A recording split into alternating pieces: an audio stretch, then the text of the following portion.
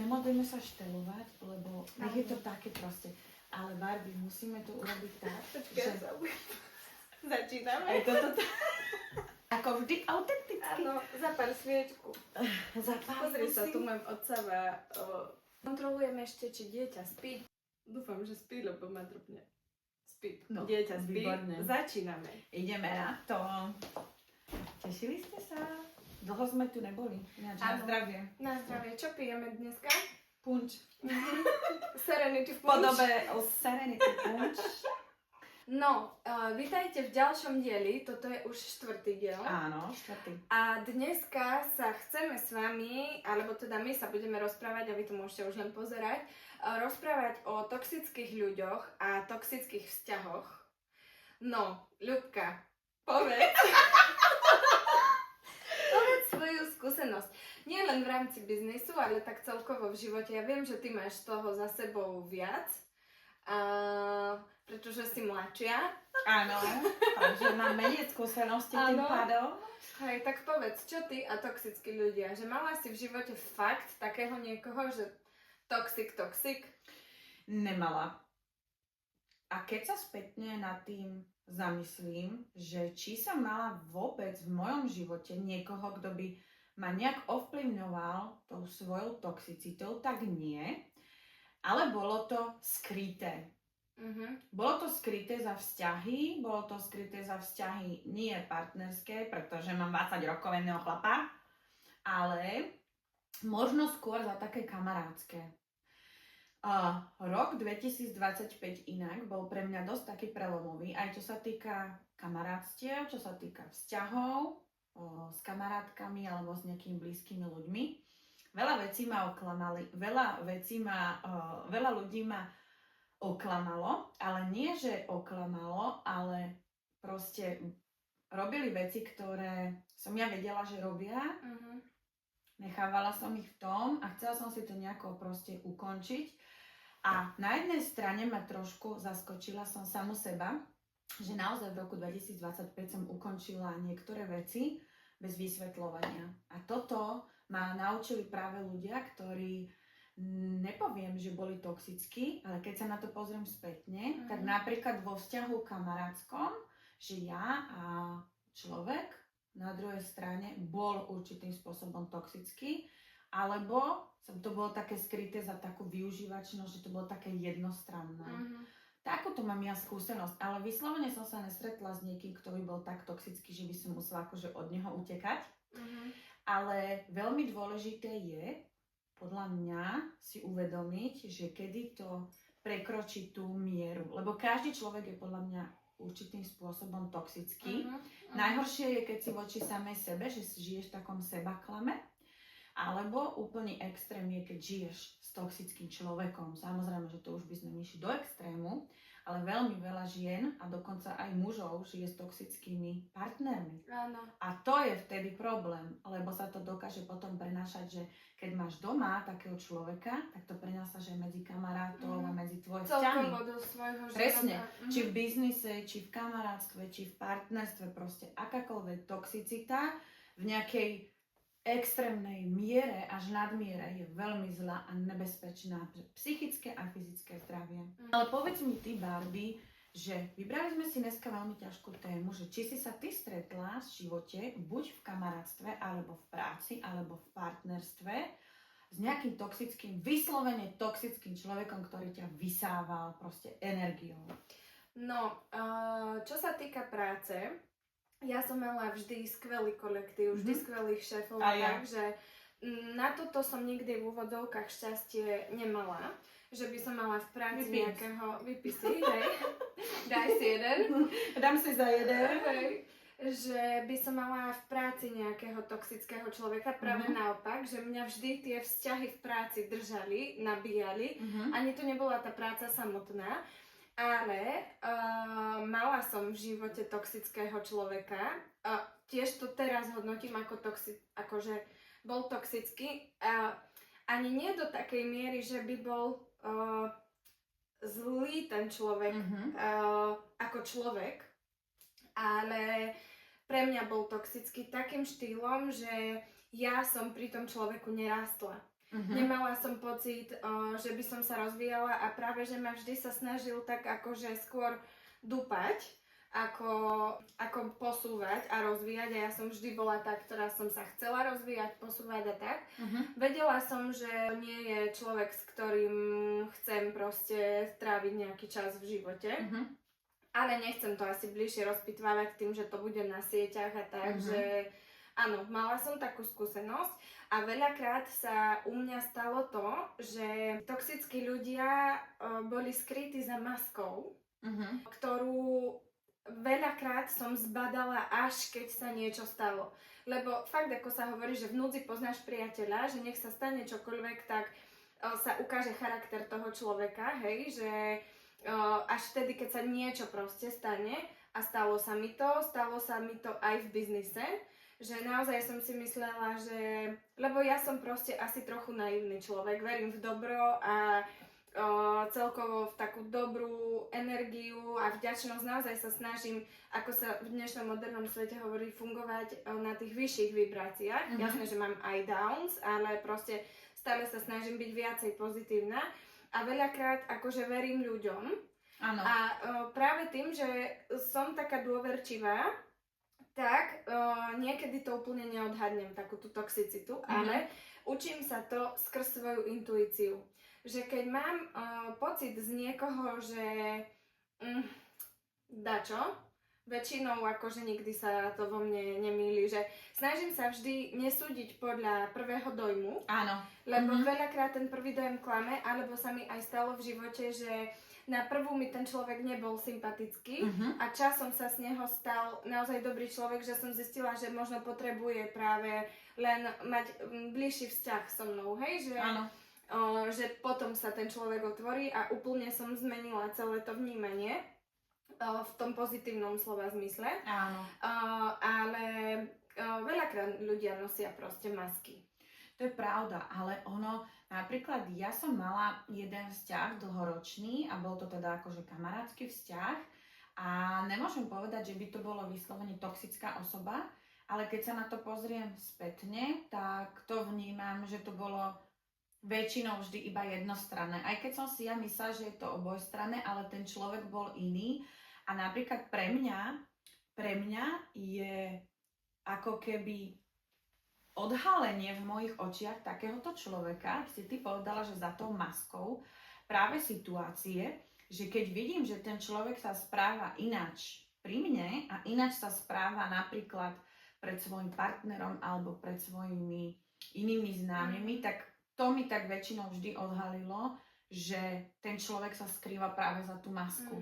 Že so mňou bol možno taký prirodzený, aký naozaj je, ale potom napríklad pred svojim partnerom chcel byť iba v tých dobrých očiach a nebol taký, ako keď sme boli spolu, alebo nebola, že keď to bola kamarátka. A vtedy sa mi tak ukázalo, že proste, že to není dobre a nechcem byť v takomto vzťahu napríklad kamarátskom. Že otázka podľa mňa je potom tá, že či je to tá toxická tá osoba, ako tá kamarátka, alebo ten jej partner je pre ňu toxický a ona sa preto takto správa, lebo ja som v podstate akože bola tiež takýto človek vo svojom bývalom vzťahu, kedy ma akože môj bývalý sa snažil držať na krátko, nič som nemohla a moje kamošky mi to hovorili, hej, že to nie si ty proste, lebo ma poznali ešte aj predtým, ako sme sa dali dokopy. A tiež si myslím, že bol jedným z tých ľudí, kedy som to bola ja, ale si sa ako keby stále niekomu prispôsobovala. A áno, je to tak, ale napríklad je to veľmi nebezpečné, keď máš vo svojom okolí takéhoto človeka. A ja by som chcela možno nadviazať aj na toto, že vlastne my sme sa pridali k tejto skupine Farmasy. Je nás tu strašne veľa dievčat a minule sa ma opýtala jedna moja veľmi dobrá kamarátka, že naozaj je to v tej vašej partii tak, jak to vyzerá na tých videách alebo na tom Instagrame. A ja si dovolím povedať, že naozaj my sme tu taká super partia, že samozrejme, že každý tu ide sám za seba. Nebudeme teraz rozoberať, čo je MLM, ale naozaj ja si myslím, že my sme taká dobrá tu partia, že nikdy som v tejto našej farmácii ako keby rodine tie baby, čo sme tu spolu od začiatku, necítila som nikdy nejakú toxicitu alebo nejaké extrémne závidenie, že sme tu vyspelé ženy a veľa ľudí si možno aj povie, no to určite je iba tak na Instagrame, určite tie výlety sú není tak, ako vyzerajú, ale reálne sú, lebo v podstate ja to beriem, že to, čo ty vysielaš, vždycky sa k tebe pridajú väčšinou tí ľudia takí, akí si ty. A takí, ktorí odpadnú, jak sa povie, lebo viem, že ty si zažila takisto aj v biznise, aj ja som si zažila v tomto biznise ľudí, ktorí boli strašne dobrí a jedno ma naučil tento biznis, kto je extrémne milý, že až ti to proste, že je divné. Hlava nebere, Áno. tak podľa mňa to není úplne zdravé. Není zdravé, keď si toxický a není zdravé, keď si prehnane milý. Áno. Na všetko hovoríš áno, za všetko ďakuješ, jak sa povie, že patyboškávaš, ale proste podľa mňa vždycky tam musí byť nejaká zdravá tá miera. Ale je to o každom z nás, že vlastne, jak si ty nadstavený. Ja to stále hovorím, že človek robí iba to, na čo myslí. Ano. Keď myslíš na zlé veci, tak ty aj robíš to zlo. A keď myslíš na dobré veci, pozitívne, tak sa ti aj také budú proste diať v živote. Akože stanú sa ti aj tie zlé veci. Samozrejme. Ja som tiež počula a tiež som dostala túto otázku, že je to skutočne tak. Áno, ale ja niekoľkokrát. Zober si, že akože to vieme iba my, hej, ale keď aj natáčame nejaké reelska alebo niečo, nikdy to nie je, že teraz sa smejte, teraz tancujte, teraz žite, že nikdy to nie je strojené, že fakt to proste sú tie úryvky z toho dňa, alebo z víkendu, alebo z nejakého výletu. A ešte som chcela povedať, že možno sa aj stane, že je nejaký človek akoby toxický a stalo sa to proste aj u nás v rámci tímu, hej, že alebo je príliš negatívny, alebo je nejaký, vtedy je dôležité mať nad sebou človeka, ktorý to uchopí správne a keď nemáš toho človeka, tak manažeri sú tí ľudia, ktorí to musia vidieť, ktorí musia vedieť o tom, čo sa v tom týme deje. Vtedy je dôležité zasiahnuť. Je dobre podľa mňa dávať ľuďom aj druhú šancu. Áno, ja som za druhé šance. A veľakrát akože veriť v to, že tí ľudia sa dokážu zmeniť. Že dať mu druhú šancu. Áno. OK, zabudnúť na to, že niečo bolo, niečo sa stalo, dať druhú šancu, ísť ďalej s čistým štítom. Dôležité je vždy si to povedať, vyčistiť si stôl. A toto podľa mňa tiež u nás v týme akože vieme. Lebo ja keď to hodnotíme spätne, ja som bola aj predtým v iných skupinách, ale naozaj tam proste nebola taká prajnosť a nebola tam taká ani vďačnosť a túto sa cítim veľmi dobre, že proste aktívne som rok proste v tejto našej partii, čo sa týka Farmacy party, ale nikdy som nemala úplne taký pocit, že by tu niekto bol taký vyslovene, že toxický, že by akože v úvodzovkách nám vadil.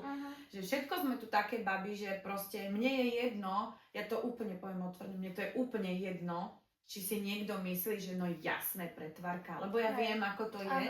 Ale som v takom veku a v takej životnej fáze, že dneska sme preberali jednu vec a proste možno 5 rokov dozadu by som si povedala, že to, čo si dovoluje a to, čo má znamenať, proste dneska si poviem, že ako, prečo nie? Jasné, každý si môže robiť, čo chce, lebo sa snažím v tom vidieť to dobro, že je to veľmi ťažké a možno my teraz pôsobíme, že no ideme tam mudrovať, ale ja naozaj fakt verím v to a ja taký život aj žijem, že ja aj s mojím ľudkom, i keď on je trošku povaha, že ľahšie ide do tej negatívy, ale na to som tu ja, aby som mu proste povedala, že ty sa spamätaj a ideme hore. Áno. A toto je super aj v tom partnerstve, vedieť si tak akože... Áno, on väčšinou ľahko upadne, aj tak dobre je to zase za tým, čo aj prežil, ale veľmi ľahšie upadne do takého negativizmu a do takého, že všetko je... čierne. Áno, ale zase na to je tu napríklad ten druhá strana, ten partner a takto je to v robote. Ja mám napríklad v robote ako seriózna sekretárka. To už v podstate, že ja mám veľmi dobrú partiu a my sme inak mali napríklad tento rok jednu vec, ktorá mňa veľmi trápila Ale potom som si povedala, že proste nechaj toho človeka, nech ti možno sám povie, prečo urobil niektoré veci, ktoré urobil.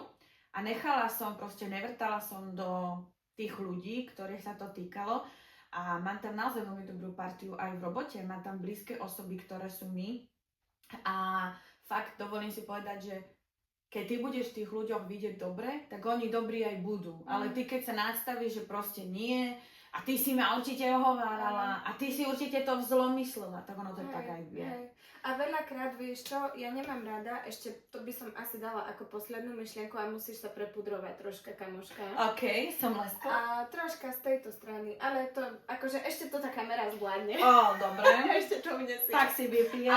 Asi ešte si nevidím. Dobre. Že veľakrát, na margo toho, že je dobré si to vydebatovať s ľuďmi, je super si to vydebatovať s ľuďmi osobne a nie cez správy. Lebo veľakrát je ten text myslený úplne inak, ako je skutočne pochopený. Presne. Ľudia si extrémne domýšľajú a mňa najviac série, keď ti niekto nedá ani možnosť, že poďme sa stretnúť a porozprávať. Hej, že stane sa nejaká situácia a teraz ten človek s tebou nechce komunikovať, ale možno potrebuje počuť ospravedlnenie, o ktorom ty nevieš, hej, alebo možno niečo úplne sa ho dotklo tak, že ale to ty nemáš možnosť zistiť cez písmenka, veľakrát to sklzne úplne potom do veci, ktoré ani nechceš, ale jednoducho tak nejak sa vykryštalizujú, lebo v tebe sa nazbiera hnev, v tom človeku druhom sa nazbiera hnev, že naozaj ľudia komunikujte so sebou, komunikujte a komunikujte osobne. Nie cez správy, cez hlasovky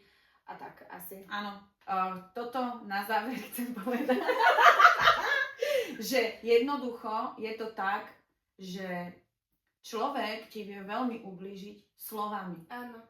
Radšej, keby ti niekto dal od nervov jednu facku, čo ťa prebolí, ako keď ti povie slova, ktoré ťa zrania na srdci, lebo to je veľmi bolavé. Áno. Že vždy je treba radšej si to presne, ako hovoríš, vykomunikovať, sadnúť, povedať si, počkaj, ty si ma nasrala a mám na teba nervy, ako keď sa proste obchádzať alebo si písať, lebo dneska je taká doba, bohužiaľ je to tak, že jeden smajlík dokáže zmeniť 4 slova, 4 ďalšie vety predtým.